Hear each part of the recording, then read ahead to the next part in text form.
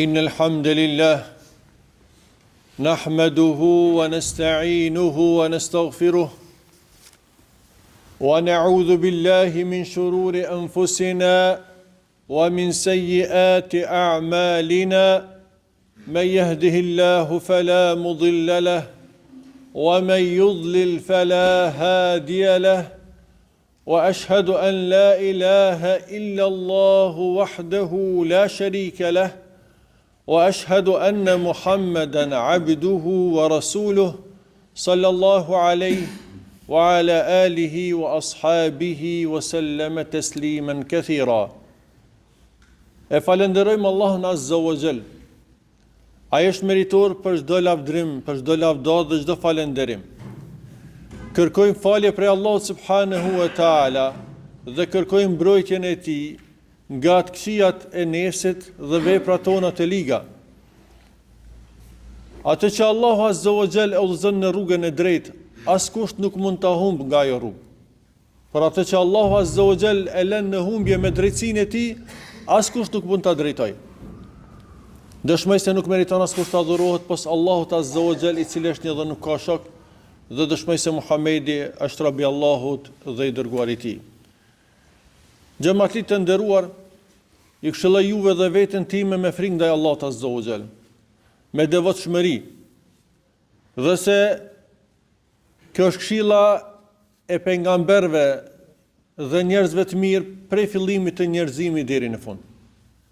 Dhe se ky është edhe qëllimi kryesor i agjerimit në këtë muaj të madh të Ramazanit.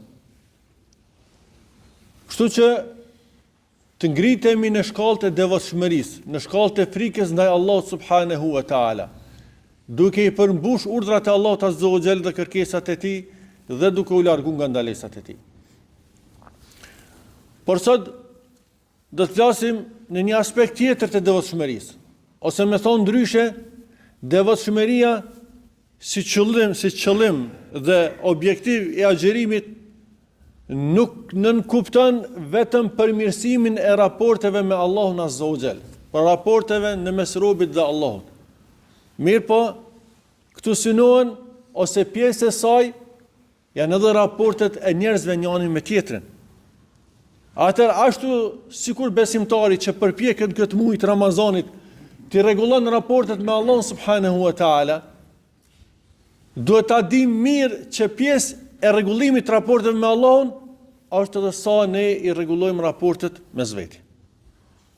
Kështu që Ramazani që është mundësi e madhe në shumë aspekte, edhe në këtë aspekt është mundësi e madhe dhe shohim këtë përdit se si është mundësia që me familjarët, me farefisin, me njëri tjetrin, të rregullojmë dhe të përmirësojmë raportet të afrojmë me njëri tjetrin. Pra, mesazhi i kësaj hutbe është ta shfrytëzojmë muajin e Ramazanit që të forcojmë lidhjet familjare, lidhjet farefisnore, e vllazërore, ti ripërtrim ato, ose ti riparojmë aty ku ka çamje, plasaritje, ose ku ka ndonjë telashe. Kështu që Ramazani është një mundësi shumë e madhe që të forcohen këto lidhje dhe të rregullohen këto raporte. Duke u nis nga familja.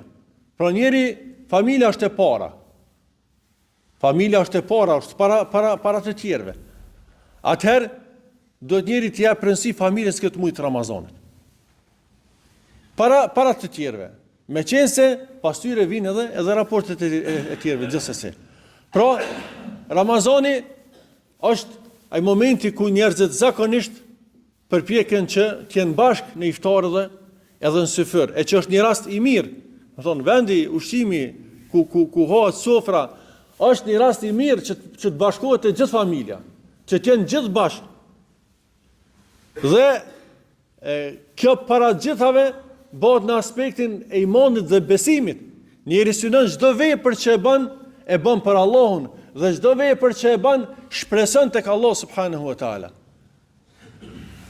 Edhe ti o i Zoti i shtëpisë, edhe ti që je në punë gjatë gjithë ditës, mundohesh dhe punon, kujtoja vetvetes që gjithë ato fitime që ki në rend parë, para gjanave që ki vullnetare, ndihmave ndaj tjerëve, çdo shpenzim që e bën për familjen tonë, ai është sadaka. Thot pejgamberi sallallahu alajhi wasallam, thot një burr i cili shpenzon për familjen e tij duke llogarit shpërblimin e saj, llogarit ja kujton vetes këtë njet, këtë qëllim, duke llogarit në shpërblimin e Allah subhanahu wa taala, kjo do të shënohet sikur sadaka. Kthesh familje bashk me anëtarët e familjes, me gruan, me prind, me fëmijën, me gjithë ata që janë, bashkohu. Mundo që ti jesh bashkë sofër me ta dhe është Ramazani këtë e ka, i bashkon zakonisht familjen komplet. Dhe një rast i mirë që ti kalojnë disa çështje bashkë. Bashortja ose zoja e shtëpisë kush e përgatit ushqimin, përveç që ka obligim ndaj burrit, ndaj fëmijëve të përgatit ushqim, përveç që kjo është një përkujdesje ndaj fëmijëve të vet, t'ja kujton vetvetes që është duke ushqy iftar, të përgatit iftar e syfër.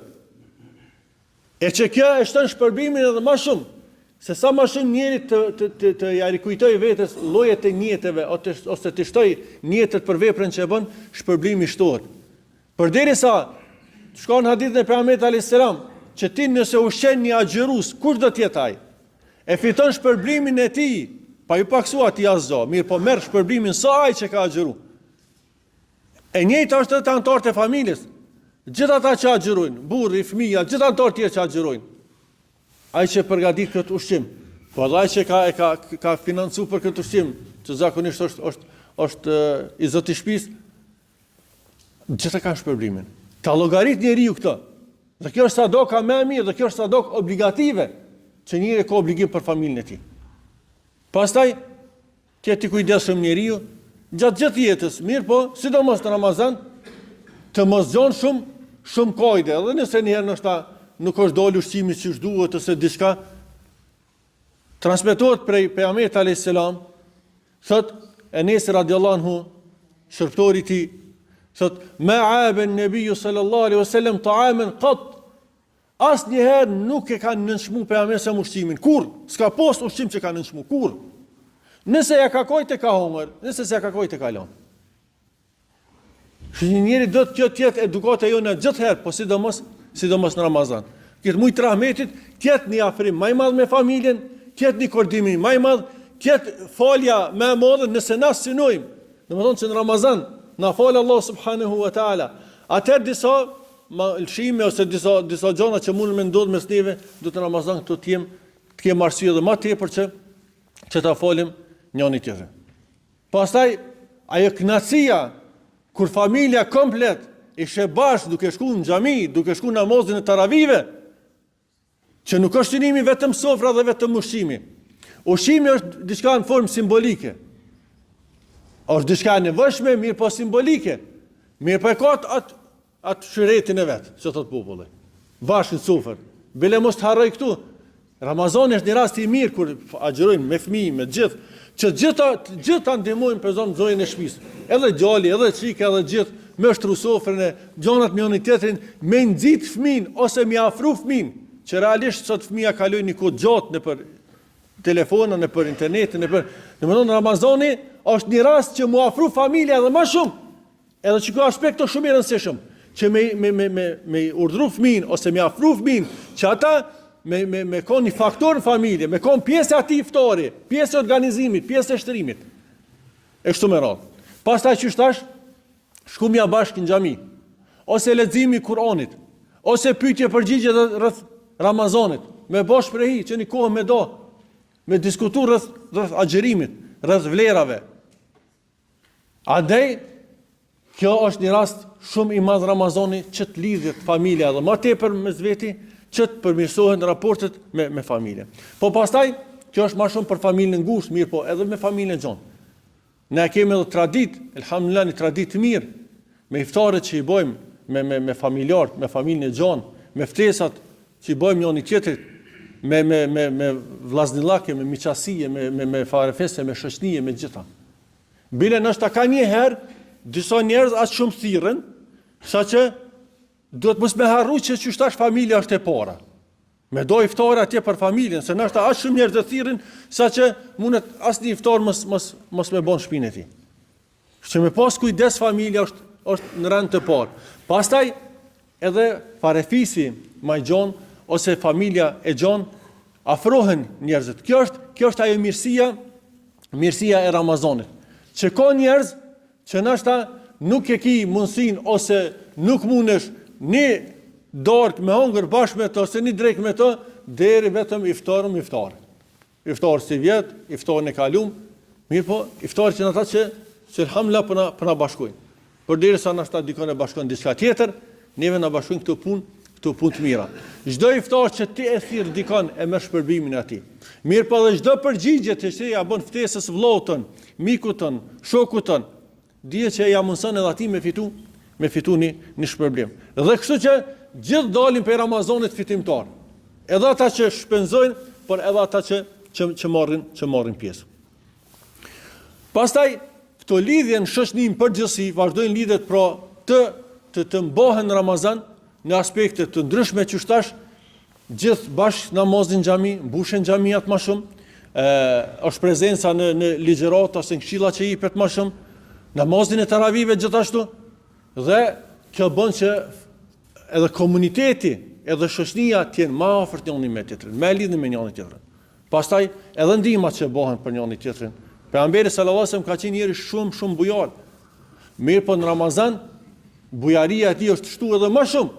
Atëherë kjo është shembull për besimtarët dhe kjo është një praktikë që është në shoqërinë tonë, po që shpresojmë të shtohet edhe më shumë, që qysh edhe para Ramazanit njerëzit fillojnë ta ndihmojnë njëri tjetrin, ta përgatitin për Ramazan, duke ditë në familje që nuk i ka kushte të mirë, ndihmohet me pak ushqimore, se edhe ata kanë Ramazan, edhe ata duhet ndojnë kohë pak më shumë për adhurime dhe ibadete, duhet edhe ata të kanë iftar edhe syfër, kështu që gjatë gjithë Ramazanit kjo vazhdon dhe kurorzohet ose përmbyllet atje me sadakatul fitrin.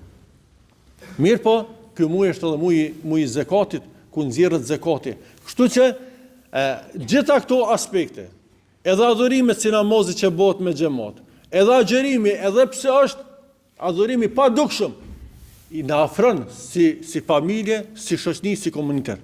Po edhe këto adhurime që bëhen, xhumat, taravit, ndihmat për njëri tjetrin, solidariteti për njëri tjetrin, gjitha këto e kanë rolin e vet. Atëherë ta shfrytëzojmë muajin e Ramazanit që t'i shtojmë ose t'i forcojmë këto lidhje me njëri tjetrin. Dhe kjo kontribon në ato lidhjet mes neve dhe Allah subhanahu wa ta'ala. E në këtë aspekt ka argumente të shumta. Thot pejgamberi vetëm njërin prej tyre po e përmend. Thot pejgamberi, mëshironi ata që janë në tokë, ju mëshironi ai që është në qiell. Kjo është Allah azza wa jall do të shpërblen me llojin e veprës që ti e bën.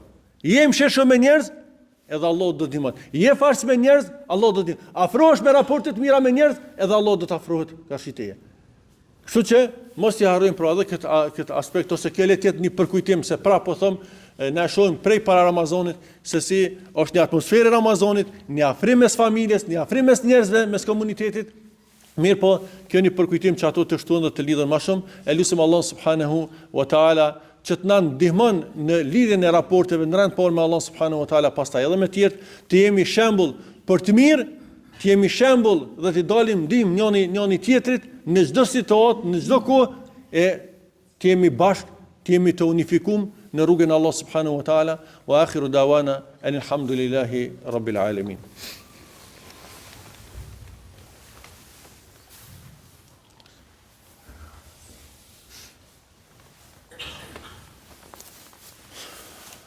Bismillah, alhamdulillah, wassalatu wassalamu ala rasulillah. E falenderojmë Allah subhanahu wa taala gjithherë. Salavat dhe selame dërgojmë mbi të dërguarin ton.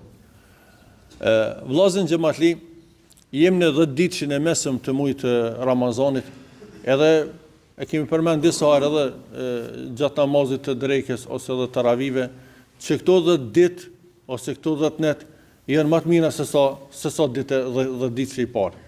Dhe na kemi po që në 10 ditëshin e parë, sidomos në xhamia, është një numër më i madh i xhamatit që janë prezent. Mirë po, mesi Ramazanit ne e dimë edhe se njerëz thirrën për iftare, që ajo thamë është ajo ona pozitive. Mirë po, ajo ndikon në namazin me xhamat, që të bashkimi në anën tjetër. Atëherë nuk guxon në atë kuptimin që kur mundën më umri dy të mira, nuk ka përjashtim atë. Njeri ka mundësi me shku me ju përgjigj një ftesë iftar, mirë, por kur vjen vakti i yacis, bile tash është 2 orë, me ju përgjigj xhamis ku thirret e zonën. Nuk është të thonë në këtë xhami. Ku do që tash, ti shku ku me ditë ku musafir, mos tjetë iftari arsye që ti pastaj ta lësh atje yacin, namazin e yacis me xhamat ose taravit pa i fal. Ose ata vjen dikush një musafir që kemë edhe këtë telashe, vjen dikush musafir dhe nuk e ka parasysh që ti ke me shku në xhami, edhe nëse po thojmë ai nuk falit, edhe pse kjo është arsye dhe më eron se shka se edhe më eron me lan. Mirë po, ta kemi parasysh që është Ramazan dhe koha është e limituar. Bëhet iftari, i përgjigjem ftesave të njëri tjetrit, mirë po, ti përgjigjem atje thirrjes Allah subhanahu wa taala, që është ezani yacis. Atëherë mos ti ngatrojmë gjonat. Unë e di që kjo nuk është vetëm arsye. Është arsyeja tjetër që ka njëherë njerëzit si na zakonisht gjonat i morë me eufori, ditët e para prezantojmë më shumë dhe shpejt lodhemi. Dhe kjo është arsyeja pse ditët e mesme kanë vlerë më shumë se sot ditët e para. Pse ditët e fundit kanë vlerë më shumë se gjitha ditët përpara. Dhe pse ibadeti në fundin e periudhës vet, çdo lloj ibadeti e ka vlerë më të madhe se sa fillimin. Se është natyrë edhe njerit kjo. A di njeri në fillim me merr me hov, me eufori, dikur lodhet. Dhe pikrisht shpërblimet e mëdha janë në fund. Vetëm që njerëzit të angazhohen, të kenë ambicie të larta dhe shpesh herë ky Ramazani merret me atë shembullin e asoj maratonës. Këta e keni pa ata atlet kur e ruajnë atë energjinë më të madhen. Në momentin e fundit, se çaja është vendimtarja, çaja është që vendos kush është i pari atje. Kështu që mos likshtohum, të mos dorëzohemi në ditë të numëruar, shkoj pothuajse gjysa Ramazanit, atëherë të bëjmë sabër se fitimet janë të mëdha, fitimet janë marramense. Dhe inshallah Zoti nuk na privon nga gëzimi i asaj dite, që shikzohen atë xherusi shpërbimin e madh që shohin te Allah dhe shpërbimet e mëdha që kanë marrë në mujtë e Ramazanit. Që këtyne të mirave jo gjallë që duhet më gëzu, po këtyne i gëzohen edhe ata rahmetin varr, atje që lutemi për ta, për prind, e që kjo tjetë një porosi tjetër, që të lutemi për prind, të lutemi për familjarët, se kjo është edhe muj i lutjeve dhe doave muj Ramazanit, kështu që kem shumë arsye për mi u gëzu. Dhe me thonë, këti muj sa që edhe të vdekënit ju gëzohen se lema gjallë. اللهم صل على محمد وعلى محمد كما صليت على إبراهيم وعلى إبراهيم إنك حميد مجيد وبارك على محمد وعلى محمد كما باركت على إبراهيم وعلى إبراهيم إنك حميد مجيد إن الله يأمر بالعدل والإحسان وإيتاء ذي القربى وينهى عن الفحشاء والمنكر والبغي يعظكم لعلكم تذكرون